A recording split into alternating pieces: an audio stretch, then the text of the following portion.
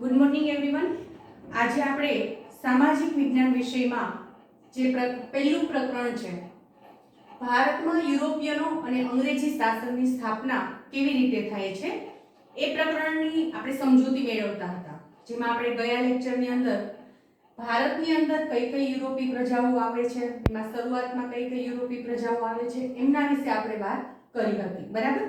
અને આ જે યુરોપી પ્રજાઓ છે ભારતની અંદર શા માટે આવી હતી એમના વિશે આપણે જોયું હતું કે એવું તે શું હતું ભારતની અંદર કે આ બધી યુરોપી પ્રજાઓને ભારત આવવા માટેની ઈચ્છા થઈ, બરાબર. તો આજના આપણા લેક્ચરમાં હવે સૌપ્રથમ આપણને હવે ખ્યાલ આવી ગયો છે કે પોર્ટુગીઝો છે ભારતની અંદર આવ્યા હતા, બરાબર. પરંતુ ત્યાર પછીથી કઈ કઈ પ્રજા છે ભારતની અંદર આવી છે એમના વિશે આપણે માહિતી મેળવવાની છે. અને આજે પોર્ટુગીઝો છે એ ભારતની અંદર આવે છે અને ભારતમાં આવ્યા પછી એ શું કરે છે એ પણ આપણે જોવાનું છે. તો ગયા લેક્ચરની અંદર આપણે વાત કરી હતી કે વાસ્કો દ ગામા જે પોર્ટુગલનો રહેવાસી હતો, બરાબર. તો એ વાસ્કો દ ગામા છે એમને ભારત આવવાનો નવો જળમાર્ગ શોધવામાં સફળતા મળે છે. ક્યારે ભારત આવી પહોંચે છે? તો કે ભારત 22 એપ્રિલ 1498 ના રોજ ભારત છે આવી પહોંચે છે. આવવા માટે એમને ક્યાં કઈ જગ્યા હતી? તો કે હિન્દ મહાસાગરમાં થઈને હિન્દ મહાસાગરમાં એમની મુલાકાત થાય છે એક ગુજરાતી વ્યક્તિ, જેની અંદર મેં વાત કરી હતી ગયા લેક્ચરમાં કે બે નામ આપણને મળે છે, એક કાંજી માલમ જે કચ્છના વતની છે ગુજરાતના, અને બીજું એક હિન્દી ખલાસી મળે છે જેનું નામ છે મોહમ્મદ ઇબ્ન મજીદ, બરાબર. પરંતુ આપણને પાઠ્યપુસ્તકમાં મોહમ્મદ ઇબ્ન મજીદ નામ આપેલું છે એટલે આપણે એને જ ફોલો કરીશું. કાંજી માલમ એ તમારી જાણ ખાતર કે તમને વિશેષ નોલેજ મળે એના માટેથી મેં તમને એમનું નામ પણ કીધું છે કે આ બે નામ આપણને ઇતિહાસમાં પ્રાપ્ત થયા છે. હવે 22 એપ્રિલ 1498 ના દિવસે વાસ્કો દ ગામાનું જે જહાજ છે એ કાલિકટ બંદરે આવી પહોંચે છે, બરાબર. ત્યારે ઈસવીસન 1498 માં વાસ્કો દ ગામા એમના કાફલાની સાથે કાલિકટ બંદરે આવી પહોંચે છે. એ સમયે કાલિકટની અંદર કયા રાજાનું રાજ છે? તો એ સમયે કાલિકટમાં રાજા જામોરીન, બરાબર, એ એમનું શાસન હતું.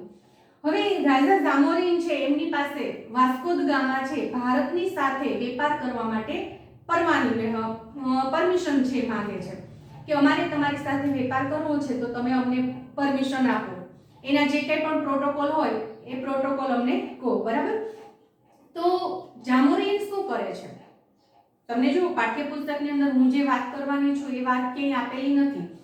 એ વાત અમે જ્યારે ભણતા ત્યારે અમારે ભણવામાં આવતી.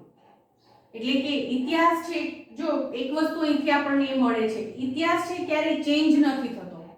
ભૂતકાળમાં જે ઘટના બની ગઈ છે યથાવત એમને એમ રહે છે, પરંતુ એની અંદર થોડીક ડીપમાં માહિતી છે આપણને મળતી જાય છે. એટલે આજે ભારતની અંદર યુરોપી પ્રજાઓ આવી છે, આજે તમે ભણો છો, અમે પણ એ જ ભણતા, પરંતુ અમારે કંઈક એનું પાઠનું નામ છે કંઈક અલગ હતું.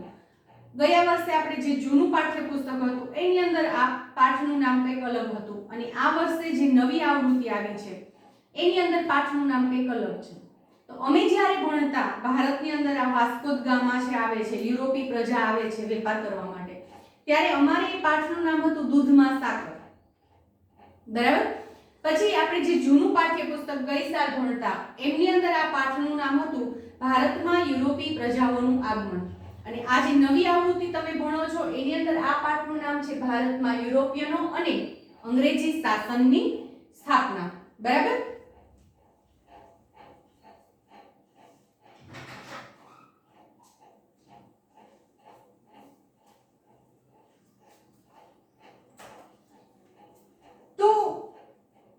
હવે વાસ્કો દ ગામા છે રાજા જામોરીનની પાસે મંજૂરી માંગે છે કે અમારે ભારતની સાથે વેપાર કરવો છે તો અમને મંજૂરી આપો.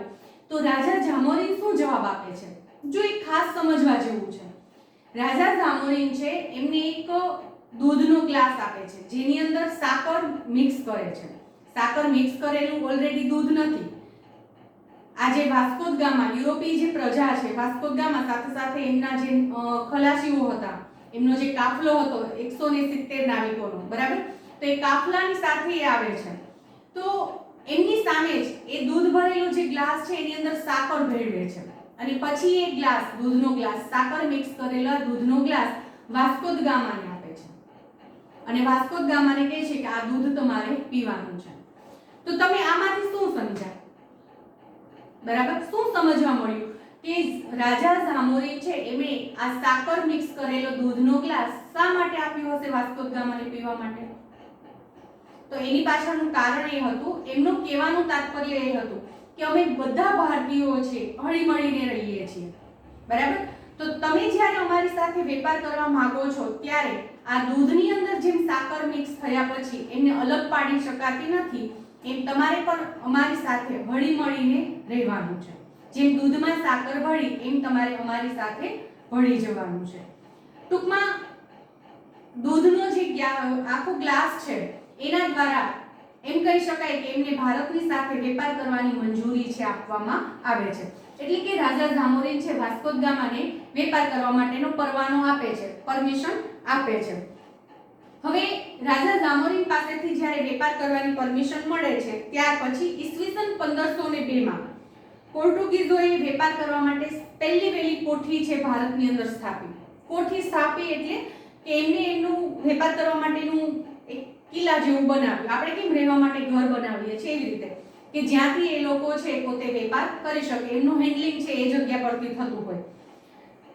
બરાબર, અને આ જે પોર્ટુગીઝો છે એ પોર્ટુગીઝો છે 1503 માં કોચીનમાં અને 1505 માં કન્નૂરમાં કિયેબંધી કરે છે.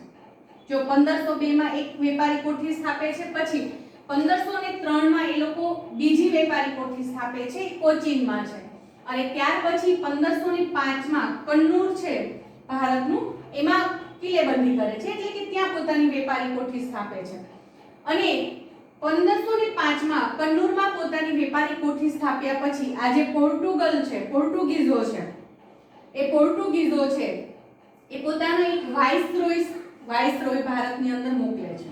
બરાબર, આપણને ખ્યાલ છે કે અંગ્રેજોનું આપણે ભણતા હોઈએ તો આપણને ખબર છે કે એમાં લોર્ડ ને વાઇસરોય ને ગવર્નર ને બધા ત્યાંથી આવ્યા હતા. તો આ પણ પોર્ટુગીઝો છે એ પણ યુરોપી પ્રજા છે, તો ત્યાં પણ એ લોકોને હોદ્દેદાર તરીકે જે હોય વ્યક્તિ એમને વાઇસરોય કહેવાતા, ગવર્નર કહેવાતા, લોર્ડ કહેવાતા. બરાબર, તો આવી રીતે પોર્ટુગલ છે એક વાઇસરોયની ભારતની અંદર મોકલે છે. વાઇસરોય મતલબ કે ભારતની અંદર જે વ્યવસ્થિત આ બધું હેન્ડલિંગ કરી શકે એવો એક હોદ્દેદાર માણસ. આપણે કેમ જુનાગઢ જિલ્લાનો આખો બધો વહીવટ સંભાળવા માટે કલેક્ટર હોય, મુખ્ય વ્યક્તિ કોણ જુનાગઢમાં? કલેક્ટર, પછી નાયબ કલેક્ટર આવે. બરાબર, તો આ રીતે તો એ વાઇસરોયને મોકલે છે અને એ વાઇસરોયનું નામ છે ફ્રાન્સિસ્કો ડી અલ્મેડાને. જો નામ થોડું અટપટું છે પરંતુ 3-4 વખત તમે એમને વાંચશો એટલે થોડું ઘણું યાદ રહી જશે. શું નામ છે? ફ્રાન્સિસ્કો ડી અલ્મેડાને એ ભારત મોકલે છે. બરાબર, એટલે કે અલ્મેડા આ વ્યક્તિ છે ભારત આવે છે. હવે આ પ્રથમ વાઇસરોય છે પોર્ટુગીઝો તરફથી, પોર્ટુગલો તરફથી ભારતની અંદર આવેલો પ્રથમ વાઇસરોય. આવો પણ પ્રશ્ન પૂછાય. એ પ્રથમ વાઇસરોય છે ફ્રાન્સિસ્કો ડી અલ્મેડા. ત્યાર પછી કોણ આવે છે? ત્યાર પછી આવે છે અલ્બુકર્ક. આ અલ્બુકર્ક છે એ ભારતની અંદર આવે છે વાઇસરોય તરીકે સેકન્ડ નંબર પર અને એ પોતે છે ગોવા જીતે છે. શું કરે છે? સૌપ્રથમ ગોવા જીતી લે છે અને ત્યાં પોતાની વેપારી કોઠી સ્થાપે છે. બરાબર, એટલે કે 1506 ની અંદર આ અલ્બુકર્ક છે એ ગોવા જીતી લે છે. 1505 માં ફ્રાન્સિસ્કો ડી અલ્મેડા આવે છે. ત્યાર પછી ઈસવીસન 1506 માં અલ્બુકર્ક આવે છે જે ગોવા જીતી અને ત્યાં પોતાની વેપારી કોઠી સ્થાપે છે. ત્યાંથી આ લોકો છે પોતાનો વેપાર આગળ વધારે છે. બરાબર, અને 17મી સદીની શરૂઆતમાં આપણે કહી શકીએ કે 17મી સદીની શરૂઆતમાં પોર્ટુગીઝો છે પોતાનો વેપાર બંગાળ તરફ આગળ વધારે છે. તો આ લોકોએ શું કર્યું? ધીમે ધીમે 1 2 3 4 એમ કરતા કરતા ધીમે ધીમે ભારતના અન્ય ક્ષેત્ર પર કબજો જમાવવાનું શરૂ કરે છે. આજે 1506 માં અલ્બુકર્ક છે એ ગોવા જીતી લે છે. પછી 1530 માં એ ગોવાને રાજધાની બનાવે છે. અત્યારે આપણી ભારતની રાજધાની કઈ છે? ખ્યાલ છે બધાને? ઓકે, ભારતની રાજધાની છે દિલ્હી છે. તો એ રીતે પોર્ટુગલ છે એ ગોવાને પોતાની રાજધાની બનાવે છે અને પછી લગભગ 17મી સદીમાં એ લોકો બંગાળ તરફ આગળ વધે છે. એટલે 17મી 16મી સદી સુધી એ લોકો અહીંયા જ હતા. બરાબર. પછી 1534માં વસઈ, 1535માં દીવ, 1559માં દમણ, એ બધી જગ્યાએ પોતાના વેપારી મથકો સ્થાપે છે કે વેપારી કોઠીઓ સ્થાપે છે. અને એમ કહી શકાય કે હિન્દ મહાસાગરમાં એમણે કબજો જમાવી દીધો હતો. કારણ કે વાસ્કો દ ગામા છે આવ્યો ક્યાંથી? હિન્દ મહાસાગર થઈને. બરાબર. ક્યારે પહોંચ્યો હતો ત્યાં હિન્દ મહાસાગર? એપ્રિલમાં. બરાબર. 1498 એપ્રિલ માસમાં એ છે ત્યાં 20 એપ્રિલનો સમય છે એ ત્યારે ત્યાં પહોંચી ગયો હતો. બરાબર. એટલે કે હિન્દ મહાસાગરમાં પોતે કબજો જમાવી લે છે અને ત્યાં પોતાની ચાંચિયાગીરી શરૂ કરે છે. આ ચાંચિયાગીરી એટલે શું? તો કે અન્ય લોકો છે વેપાર કરવા માટે એમને ભારત આવવું હોય તો આવવા માટેનો જળમાર્ગ કયો? તો કે હિન્દ મહાસાગરમાં થઈને. તો અન્ય કોઈ પ્રજાઓ છે ત્યાં આવે પોતાનું વહાણ લઈને, તો એ લોકો છે વહાણ લૂંટી લે.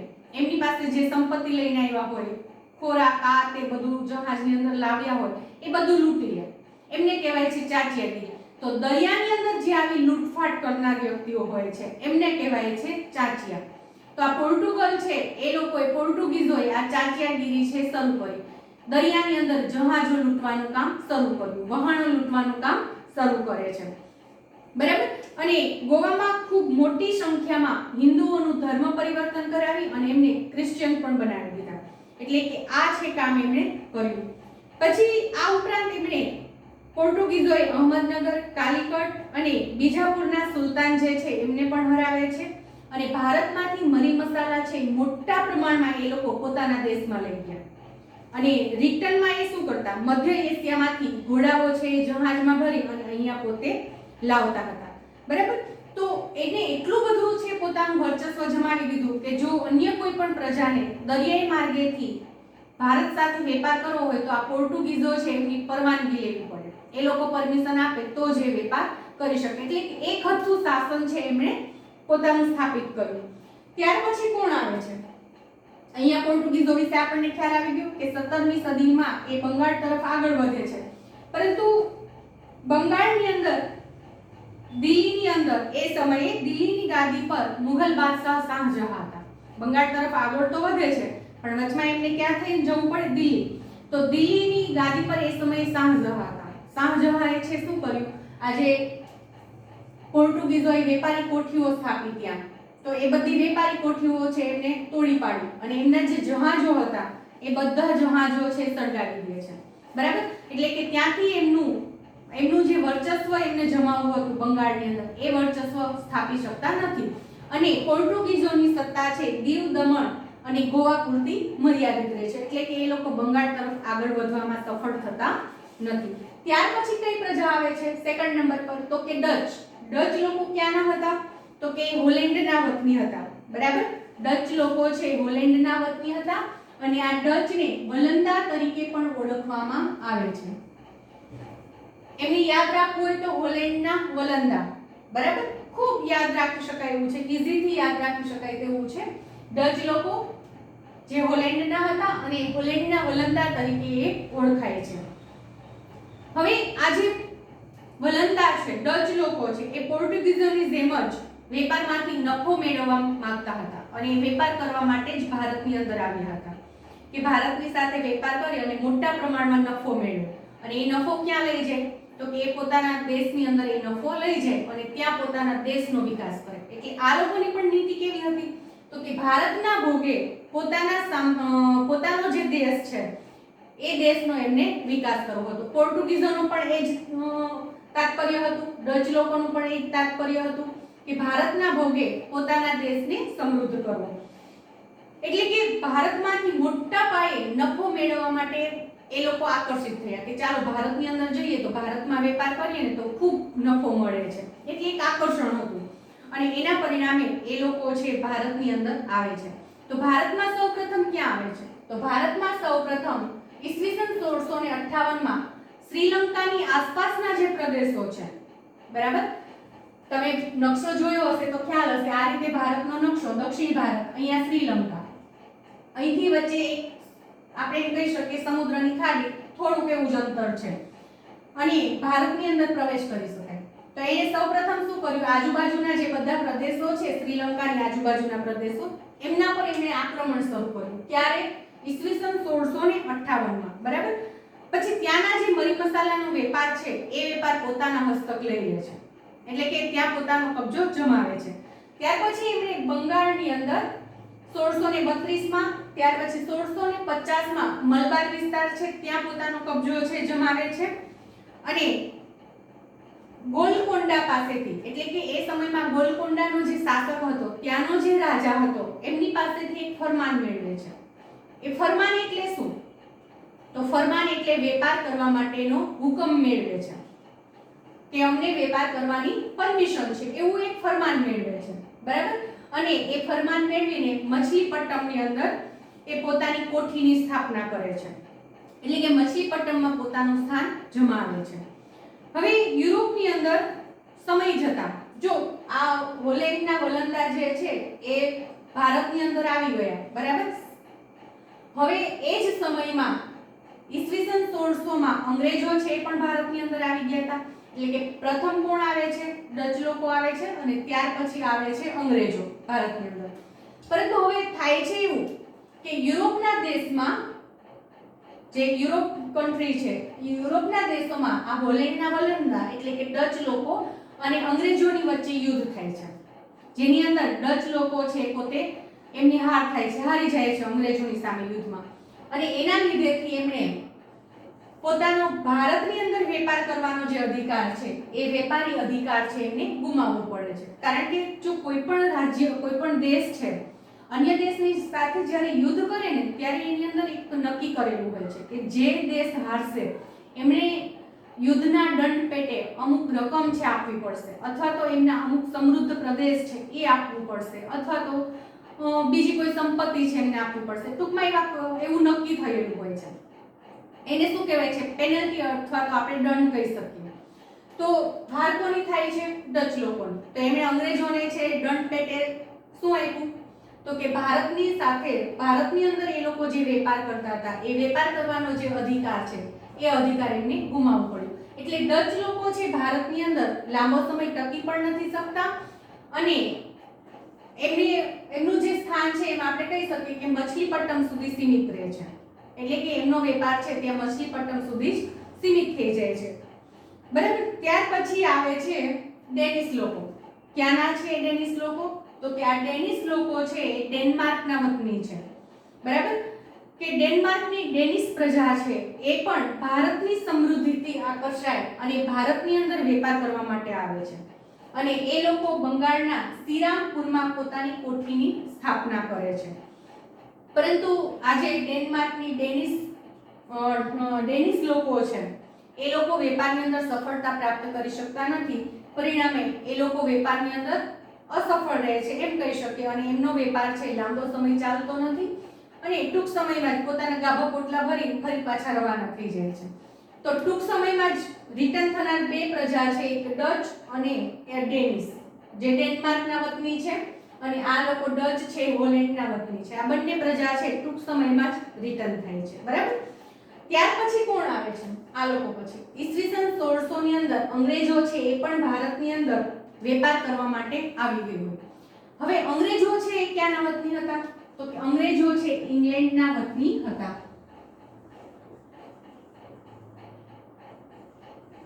બરાબર.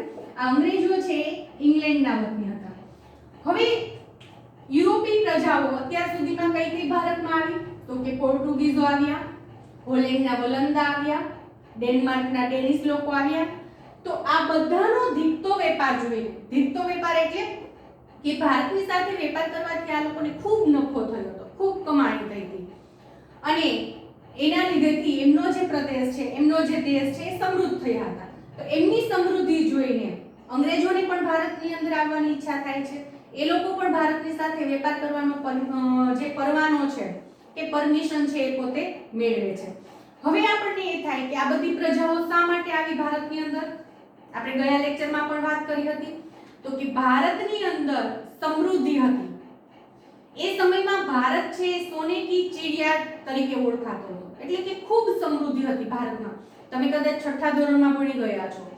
કે ભારતનો ગુપ્ત યુગ, જે ગુપ્ત વંશના જે શાસકો છે, તો એ સમયમાં ભારત છે સોળે કળાએ ખીલ્યો હતો. એટલે કે એ જે ગુપ્ત યુગ છે એ સુવર્ણ યુગ તરીકે ઓળખાય છે. શા માટે? કારણ કે ત્યારે ભારતની જે પ્રજા છે એ ખૂબ સુખી અને સમૃદ્ધ હતી. ફરતી બાજુ લોકોનો વિકાસ થયો હતો. એના લીધેથી એ યુગને સુવર્ણ યુગ તરીકે ઓળખવામાં આવે છે. તો અહીંયા પણ આજે બધી પ્રજાઓ છે ભારતની અંદર વેપાર કરવા આવે છે, ત્યારે પણ ભારત છે અન્ય દેશોની, અન્ય રાષ્ટ્રોની સરખામણીમાં અતિ સમૃદ્ધ રાષ્ટ્ર હતું. અને ભારતની આ સમૃદ્ધિથી આકર્ષાઈને એ લોકો છે ભારતની અંદર વેપાર કરવા આવે છે. હવે આ બધી પ્રજાઓ છે ભારતમાં વેપાર કરવા માટે તો આવે છે. જો અંગ્રેજો આવે છે અને ત્યાર પછી હજી આવે છે ફ્રેન્ચ. બરાબર, ફ્રેન્ચ. તો તમને હવે એવો પ્રશ્ન પૂછાય કે ભારતની અંદર જે વિવિધ યુરોપી પ્રજાઓ વેપાર અર્થે આવે છે એમાં સૌ પ્રથમ ભારતમાં આવનાર કોણ?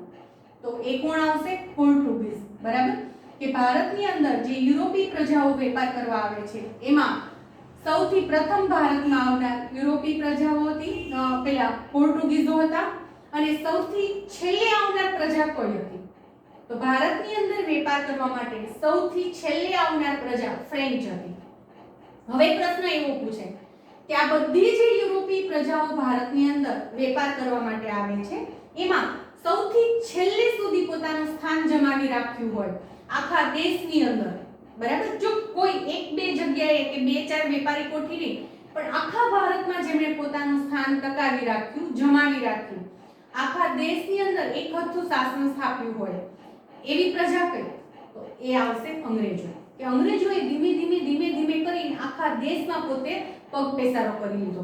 હા, પોર્ટુગીઝો છે હતા, ફ્રેન્ચો છે હતા છેલ્લે સુધી. અંગ્રેજો જતા રહે છે ત્યાર પછી પણ આ પોર્ટુગીઝોના હસ્તક હતું ગોવા છે, બરાબર, એ સ્વતંત્ર નહોતું થયું. એવી જ રીતે ફ્રેન્ચ પાસે એમની પાસે પણ બે કે ત્રણ પ્રદેશો હતા, કારિકલ ને માહે ને એવા, બરાબર. તો એ પણ સ્વતંત્ર નહોતા થયા. એ છેલ્લે સ્વતંત્ર થાય છે, અંગ્રેજો જતા રહે છે ત્યાર પછી. પરંતુ જે એક હથ્થું શાસન છે ને, એક હથ્થું શાસન અંગ્રેજો જમાવી શક્યા છે આખા ભારતની અંદર. આ ફ્રેન્ચ પાસે જે બે ત્રણ વેપારી મથકો હતા, વેપારી કોઠીઓ હતી, એમને છોડીને અને ગોવાને છોડીને, બરાબર, દીવ દમણ ગોવા છોડીને આખા દેશની અંદર અંગ્રેજોનું શાસન હતું. હવે અંગ્રેજો છે ઈસવીસન 1600 માં ભારતની અંદર વેપાર કરવા માટે આવે છે અને એક કંપનીની સ્થાપના કરે છે. કંપનીનું નામ શું હતું એ જોઈએ. એ પહેલા તમારે બધું છે તમારી રફ બુકની અંદર લખી લો. શા માટે? કારણ કે હજુ પાઠ્યપુસ્તક તમારી પાસે આવતા કદાચ સમય નીકળી જાય, તો ત્યાં સુધીમાં તમારે જો થોડી ઘણી પ્રિપેરેશન કરવી હોય તો તમે આ બોર્ડ વર્ક લખેલું હશે તો તમે પ્રિપેરેશન કરી શકશો. બરાબર, એટલે બધાએ છે સ્ક્રીનશોટ પાડી લેવો અથવા તો તમારો વિડિયો છે એ પોસ્ટ કરી અને પછી આ જે આપણે બોર્ડ વર્ક કરેલું છે એ લખી લેવાનું છે. બરાબર,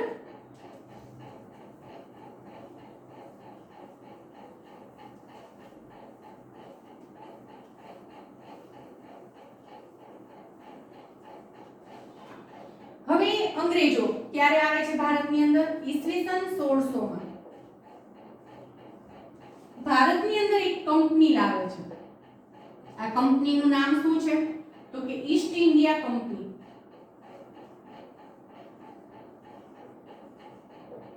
આ કંપની ચલાવે છે કોણ? જો ભારતની અંદર આ કંપનીની સ્થાપના થાય છે ઈસ્ટ ઇન્ડિયા કંપનીની, પરંતુ એમનું સંચાલન ક્યાંથી થતું હોય છે? ઇંગ્લેન્ડથી. બરાબર, એ સમયમાં ઇંગ્લેન્ડના જે રાણી હતા એ રાણી છે આનું સંચાલન છે કરતા હતા. એટલે કે આ ભારતની અંદર ઈસ્ટ ઇન્ડિયા કંપનીની સ્થાપના કરવામાં આવે છે, જેનો હેતુ શું હતો? તો કે પૂર્વના રાષ્ટ્ર સાથે વેપાર કરવાનો. બરાબર, તો આ યુરોપ છે ક્યાંનું રાષ્ટ્ર કહેવાય? યુરોપ પણ છે પશ્ચિમ. જો આ પોર્ટુગલ છે, પોર્ટુગલ એ પણ પશ્ચિમી રાષ્ટ્ર છે. આ જે હોલેન્ડ છે એ પણ પશ્ચિમી રાષ્ટ્ર છે, એટલે કે પશ્ચિમી દેશ છે. પછી ડેનમાર્ક છે એ પણ પશ્ચિમનો દેશ છે. બરાબર, આ જે ફ્રેન્ચો આવે છે એ પણ પશ્ચિમના દેશમાંથી આવે છે. અને અંગ્રેજો એટલે કે ઇંગ્લેન્ડ જે છે એ પણ પશ્ચિમી રાષ્ટ્ર કહેવાય છે. તો એમનો હેતુ શું હતો? તો એમનો હેતુ હતો પૂર્વના દેશો સાથે વેપાર કરવાનો. તો પૂર્વની અંદર કયો ખંડ આવ્યો? તો એશિયા ખંડ. યુરોપ ખંડથી આપણે જોઈએ એટલે એશિયા ખંડ છે પૂર્વમાં થાય છે. તો અહીંયા ફક્ત એમનો હેતુ ભારતની સાથે વેપાર કરવાનો ન હતો, પરંતુ પૂર્વમાં જેટલા બધા દેશ આવેલા છે બધાની સાથે એમનો વેપાર કરવાનો હેતુ હતો. એટલે કે પૂર્વના રાષ્ટ્રોની સાથે એમને વેપાર કરવો હતો અને એ હેતુથી એ લોકો છે ભારતની અંદર ઈસ્ટ ઇન્ડિયા કંપનીની સ્થાપના કરે છે. એટલે કે એમનો ફક્ત ભારતને જ પરાધીન નથી બનાવતા, ભારતને જ ગુલામ નથી બનાવતા, પણ એશિયા ખંડના ઘણા બધા દેશો હતા કે જેમને એ પોતે ગુલામ બનાવે છે. બરાબર. અને ઈસવીસન 1613 માં અંગ્રેજોએ જહાંગીર પાસેથી ફરમાન લઈ સુરત ખાતે પોતાની પ્રથમ વેપારી કોઠી સ્થાપે છે. અંગ્રેજો છે કોની પાસેથી લે છે પરવાનગી? તો કે જહાંગીર પાસેથી. અને ભારતની અંદર પોતાની પહેલી વેપારી કોઠીની સ્થાપના કરે છે. બરાબર. તો અંગ્રેજો અને એમનું જે શાસન છે એની અંદર ઘણી બધી ડીપમાં માહિતી છે, એ આપણે નેક્સ્ટ લેક્ચરમાં જોશું અને આજના લેક્ચરમાં આપણે અહીંયા સુધી રાખીશું. ફરી એક વખત જરાક જોઈ લઈએ આજે કઈ કઈ પ્રજાઓ વિશે માહિતી મેળવી. તો કે પોર્ટુગલના વતની પોર્ટુગીઝો, એમના વિશે માહિતી મેળવી. પછી ડચ લોકો જે હોલેન્ડના વતની છે, જેમને વલંદા તરીકે ઓળખવામાં આવે છે. ત્યાર પછી તો કે આ ડેનિશ પ્રજા જે ડેનમાર્કના વતની છે, એમના વિશે માહિતી મેળવી અને અંગ્રેજો વિશે શરૂઆતની માહિતી મેળવી. બરાબર. કે અંગ્રેજો છે ઈસવીસન 1600 ની અંદર ભારતની અંદર આવી જાય છે અને પોતાની વેપારી કોઠીઓ છે સ્થાપવાનું શરૂ કરી દે છે. તો હવે નેક્સ્ટ લેક્ચરમાં આપણે અંગ્રેજો વિશે અને ત્યાર પછી છેલ્લે આવનાર જે પ્રજા છે ફ્રેન્ચ, એમના વિશે આપણે માહિતી મેળવીશું. અને ત્યાર પછી આપણે જોવાનું છે કે હવે અંગ્રેજી શાસનની સ્થાપના કેવી રીતે થઈ છે. એટલે કે અંગ્રેજો છે ભારતની અંદર પોતાનું શાસન કેવી રીતે જમાવે છે, કેવી રીતે પ્રદેશો છે કબજે કરે છે. બરાબર. તો આજના લેક્ચરમાં આપણે અહીંયા સુધી રાખીશું. Thank you.